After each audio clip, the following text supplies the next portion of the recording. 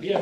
Alors, dans le dossier de presse, parce que normalement ça doit être diffusé, il y a des choses qu'il fallait discuter, et donc on va les reprendre. Je vais les lire d'abord.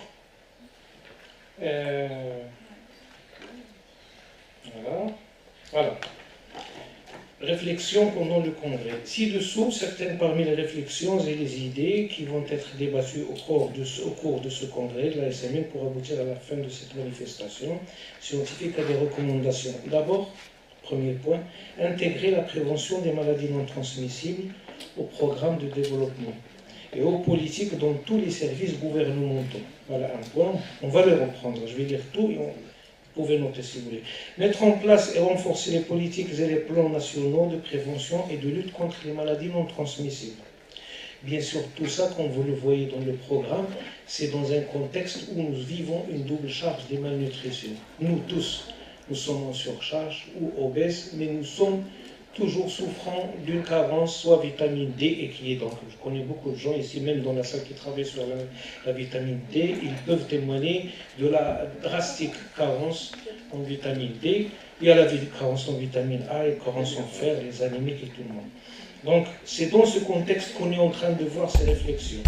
Troisième point, promouvoir les interventions visant à réduire les principaux facteurs de risque des maladies non transmissibles. Je rappelle que les facteurs de risque, il y en a les comportementaux, tabagisme, alcoolisme accentué, mauvaises habitudes alimentaires et inactivité physique.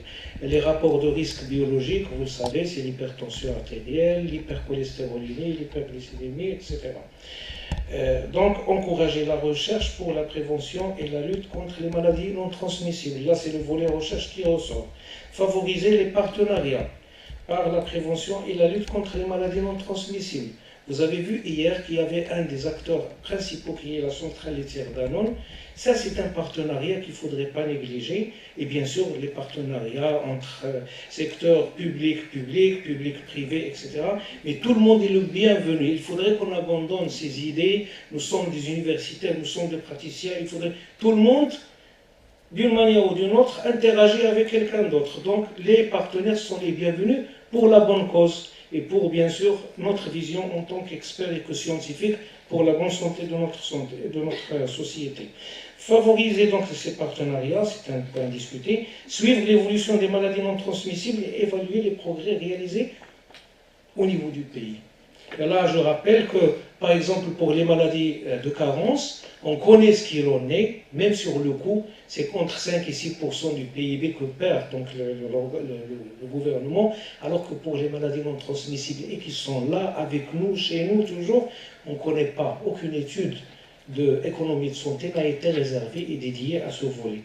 Promouvoir la prise en charge communautaire des maladies non transmissibles, un autre point bien sûr.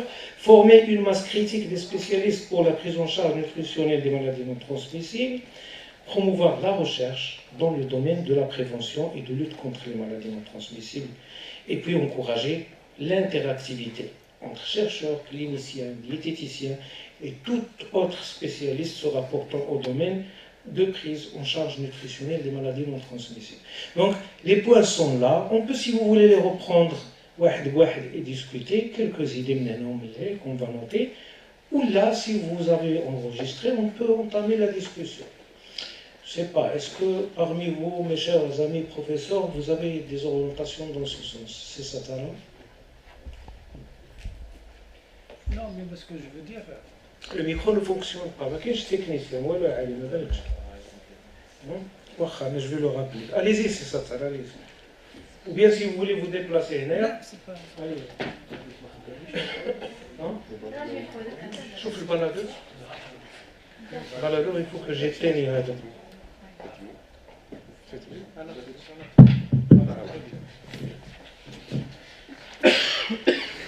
Non, mais ce que je voudrais dire, il faudrait soulever le fait que ces 2 journées ont été vraiment très riches en informations sur le thème qui a été proposé, à savoir la prise en charge des maladies, la prise en charge nutritionnelle des maladies non transmissibles au Maroc.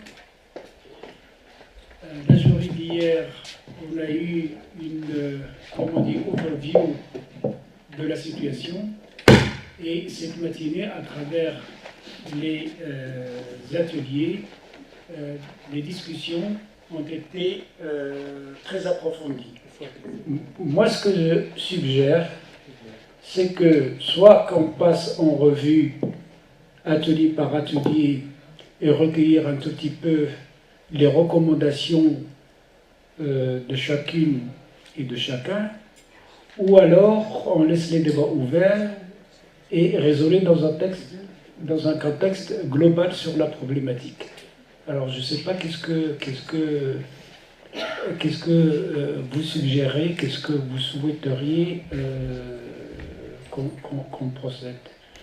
Les gens qui animent donc cette table ronde sont là pour uniquement enregistrer, j'allais dire, vos états d'âme.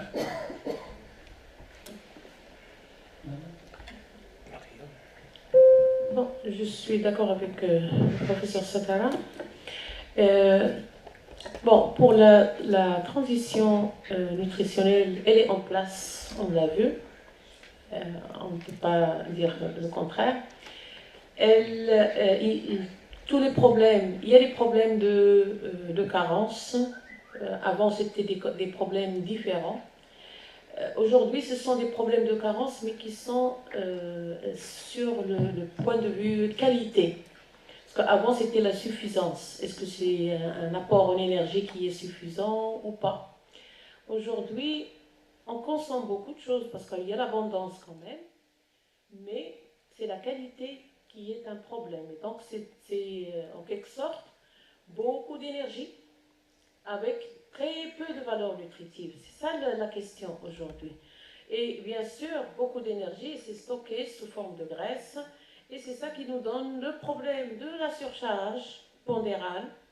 Et avec les conséquences qu'on connaît, on a vu, il y a le diabète, il y a les maladies lipidiques, il y a l'hypertension, on a tout vu pendant hier et ce matin. Et justement, c'est ça la question. Parce que les décideurs, avant, ils ne pensaient qu'à la suffisance.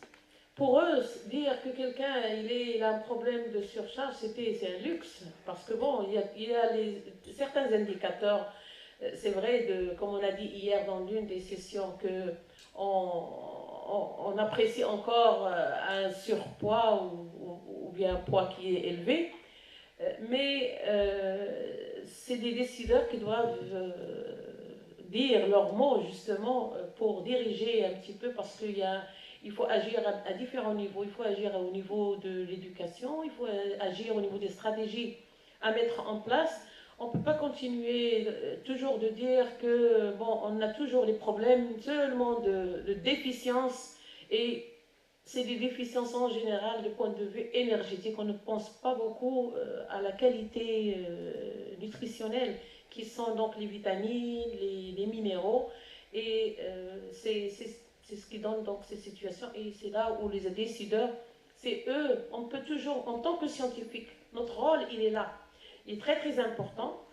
Le clinicien, bien sûr, il agit des fois quand c'est trop tard. Et la science est très très importante, parce que la situation, d'abord, il faudrait d'abord dire quelle est la situation. Au Maroc, déjà, on a un problème d'enquête qui nous donne une idée claire sur quelle est la situation nutritionnelle. Là, parce que quand on met en place une stratégie, on la met en place sans qu'on ait une idée claire de vraiment est-ce qu'on a besoin de cette stratégie. Je vais parler un petit peu de la fortification, par exemple. On fortifie avec les micronutriments, le fer. Tout le monde connaît les spots publicitaires, Sihha wa Salama, utiliser le daqiq, le muda'am. Mais est-ce qu'on a tous besoin de cette fortification? Parce que, en principe, là où il y a la pauvreté et là où il y a le manque, c'est dans les zones qui sont un petit peu égarées, et c'est généralement dans le rural. Et lorsqu'on regarde un petit peu qu'est-ce qui est fortifié, c'est la farine, par exemple. Et la farine, c'est dans des moulins qui sont structurés. Ce n'est pas les moulins traditionnels. Et dans le rural, ce sont les moulins traditionnels Et donc finalement, c'est une stratégie qui ne vise pas la population, elle ne cible pas la population qui est en manque. Et finalement, on se retrouve tous en train de prendre la même chose, ceux qui en ont besoin et ceux qui n'en ont pas besoin. Et peut-être que ceux qui en ont besoin ne consomment pas justement ce produit. Bon, il y a pas mal de critiques aussi là-dessus. Il y a encore, on est en train de penser à changer le fortifiant, mais sans évaluer toujours cette situation. C'est ça notre problème, c'est évaluer d'abord la situation. C'est là où se pose le manque de données de base sur lesquelles on peut justement décider des stratégies. Ça, c'est un constat. Ça d'une part. D'autre part, nos habitudes, elles ont changé, nos habitudes alimentaires. Malheureusement, on est dans une région où l'alimentation, notre alimentation, elle est utilisée ailleurs. Moi, quand je regarde les États-Unis, je crois qu'ils consomment plus de légumes et de fruits que nous. Chez nous, on valorise encore, c'est vrai que bon, je critique les décideurs, mais en fait, la population, elle ne fait rien pour changer. On valorise encore les viandes, par exemple, alors que ces viandes, les viandes rouges, je parle des viandes rouges, alors que les viandes rouges, quand la situation s'améliore, généralement, les gens ils vont acheter parce qu'il y a toujours cette croyance que lorsqu'on consomme la viande, c'est pour la bonne santé. Et donc, l'éducation, je le répète, c'est une nécessité et on laisse ce qui est valorisé ailleurs, qui coûte cher ailleurs et qui ne coûte pas très cher chez nous. Les légumes, les fruits, donc c'est vraiment, on ne peut pas dire que ce n'est pas accessible, c'est accessible du point de vue donc coût, mais ce sont les habitudes qu'il faudrait, donc on sait qu'avec l'abondance et avec la globalisation, il y a beaucoup de choses qui sont sur le marché. Et bon, le choix, c'est vrai, on a le droit de choisir ce qu'on veut dans son alimentation, mais il faut que ce choix soit bien vraiment dans le bon sens. Bon, je vais peut-être m'arrêter à ce niveau-là et je laisserai la place à d'autres commentaires. Merci, M. Chairman. Tout à fait, je suis tout à fait d'accord avec les réflexions autour de la malbouffe qu'on est en train de consommer au Maroc. Je vais revenir quand même avant de parler de cette bouffe sur un des aspects que notre collègue qui était hier, M. Rachid Saïd, il avait insisté normalement d'ajouter un ingrédient de recherche dans ce débat. Parce qu'en principe, on devrait parler de la recherche dans un axe, mais on n'avait pas parlé. Et il avait émis l'espoir d'en parler, mais malheureusement, il nous a quittés momentanément pour des occupations, donc il n'est pas là quand même. Il faut parler un peu de la recherche. Quels sont les freins de la recherche au niveau du Maroc concernant la nutrition et quels sont les liens entre la formation et la recherche? Donc déjà, au niveau de la formation, il y a un déficit. Okay? Nous n'avons pas encore atteint une masse critique très importante en termes de lauréats, en termes de, entre guillemets, ce que je pourrais appeler un profil nutritionniste. Au Maroc, c'est très rare, okay? C'est peu. Ça se compte, on compte sur l'avenir, on compte sur la nouvelle génération. Pourquoi? Parce que malheureusement, un des berceaux de la formation de la nutrition a été fermé. Ça là. Je suis en train de dire malheureusement qu'un des berceaux de la formation de la nutrition a été clos, a été fermé. Je fais allusion bien sûr à l'Institut agronomique qui formait quand même des nutritionnistes à un certain moment, et cette formation s'est arrêtée à un certain moment. Mais les universités, ils ont pris quand même la relève avec des hauts et des bas, avec des difficultés, parce que jusqu'à maintenant, nous n'avons pas encore de formation LMD nutrition, c'est-à-dire avoir une licence en nutrition, comme en Europe, comme en Tunisie, comme, je sais pas, je dirais comme au Bénin. Écoutez, moi je parle du Bénin. Au Bénin, ils ont ça. Ils ont formation LMD en nutrition, c'est-à-dire après le baccalauréat, et il fait 3 années de nutrition, et puis il intègre le master et le doctorat en nutrition. Au Maroc, on ne peut pas faire ça parce que nous sommes contraints avec des textes réglementaires qui régulent un peu le supérieur, et dans le supérieur, dans une faculté de sciences, on ne peut pas faire après le bac la nutrition, on doit passer par la biologie, S1, S2, S3, S4, Et on a une petite ouverture pour professionnaliser la nutrition à la 3e année. Et une année de formation en nutrition, c'est un semestre, parce que le 2e semestre, c'est un stage. Donc, vous voyez, donc, il y a déjà au niveau réglementaire, nous n'avons pas assez d'espace pour souffler la nutrition. Heureusement qu'au niveau du ministère de la Santé, j'arrive pas à prononcer, ISPIT, là, les nouvelles FCS, les ex-FCS, peut-être qu'ils ont un peu de souplesse pour réfléchir à instaurer, pour mention, des formations après le baccalauréat au niveau de l'éthique et alimentation. Il faut penser à d'autres secteurs, au niveau de l'industrie alimentaire. Est-ce que le ministère de l'Industrie alimentaire peut ouvrir des écoles ou bien des instituts privés ou publics pour voir un peu, pour produire une masse de nutritionnistes qui manque. Donc, puisque la masse manque, la recherche, comme a dit notre collègue Rachid Saïd, elle est timide. Effectivement, elle est timide. Je suis membre du jury de la valorisation, du jugement d'évaluation des posters et des communications orales. J'avais un problème avec mon collègue parce qu'il manque du relief. Parce que lorsqu'on veut juger, il faut avoir une polarisation. Ok? Il faut avoir des bons, des mauvais, des moyens. Et c'est plat, donc c'est difficile. À un certain moment, je dirais que si on choisit positivement, c'est sûrement qu'on a fait pas un très bon choix. D'accord? Donc, notre recherche, il est encore timide, il est au niveau beaucoup de descriptions, il est au niveau de beaucoup de statistiques, il est au niveau de... On veut tout faire à la fois, on n'est pas encore raffiné, okay? On n'est pas encore pointu dans la recherche. C'est fait parce que, heureusement qu'il y a quand même des équipes qui ont des matériels pour faire un peu de recherche sophistiquée, mais la plupart des équipes n'ont pas les moyens. Donc, il y a la masse qui est insuffisante, il y a les équipements de la recherche qui manquent. Je reviens maintenant, comment faire pour sortir de cet embarras? Il faut, comme a dit notre collègue, il faut joindre le secteur privé à la sauce parce que, avec le secteur privé, on peut quand même avoir un peu de moyens et aussi mutualiser ce que nous avons au niveau des universités à l'échelle nationale, au niveau des laboratoires. J'ai l'impression qu'on est en train de faire à peu près la même chose. Si vous faites un peu les posters à Kenitra ou bien à Marrakech, c'est le même travail qui se refait après. Et les deux personnes ne se reconnaissent pas. C'est au niveau de Congrès qu'ils se reconnaissent. Alors qu'ils se reconnaissaient avant, ils peuvent mutualiser et pousser hein, avec d'autres hypothèses et coopérer. Et ça va produire plus que de rester sur le plat. Vraiment, c'était plat. Okay? Donc, je reviens un peu le fardeau nutritionnel. Le fardeau, on le vit maintenant à l'échelle individuelle. Vous avez des femmes et des hommes obèses qui sont anémiques, qui sont fériprives. Donc, vous avez en même temps un problème de surcharge, de pléthore et un problème de diffusion. Nous avons au niveau du même ménage un enfant chétif, émacié de mère obèse.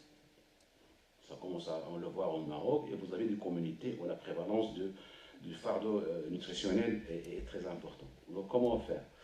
C'est effectivement qu'est-ce qu'il faut viser? Est-ce que vous visez sur les carences, comme a dit notre ami, collègue? Au niveau des carences, les stratégies sont claires. Mais il faut bien les étudier avant de les implémenter.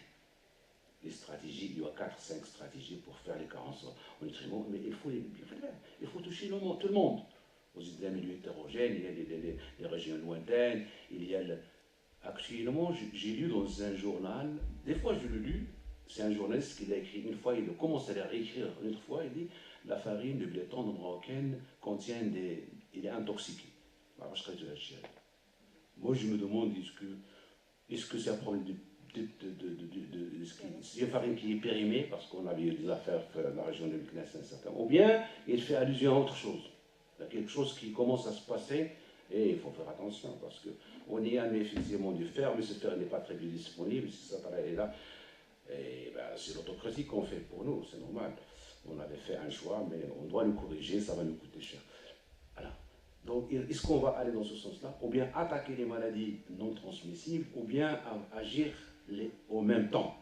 Agir au même temps, c'est ce que vient de dire notre collègue. Revenir à notre alimentation saine, qui est l'alimentation méditerranéenne, qui contient beaucoup de produits locaux, beaucoup d'huiles monoinsaturées, comme l'huile d'olive et l'huile d'argan, bien sûr, consommer... quand vous avez un ménage qui consomme une pomme de terre, 2 pommes de terre et une tomate. Un ménage de 7 personnes. Juste attaque. C'est pas... On ne peut jamais atteindre avec les 500 grammes maintenant de légumes que l'AFAE nommé ce conseil parce qu'on doit revenir à consommer sérieusement les légumes et les fruits. Donc voilà, donc j'ai dévié peut-être dans deux sens, mais ça va, j'aurai la parole à mon professeur, si ça t'arrive. À mon avis, il y a 2 niveaux de réflexion. Ça a été souligné par nous tous. Le premier niveau, c'est un niveau, je dirais, institutionnel et de formation. Jusqu'à présent, la nutrition et l'alimentation ont été toujours les parents pauvres de la formation. C'est Abou Salah a souligné le profil de nutritionniste. Nous n'avons pas un profil de nutritionniste. Ce qui arrive,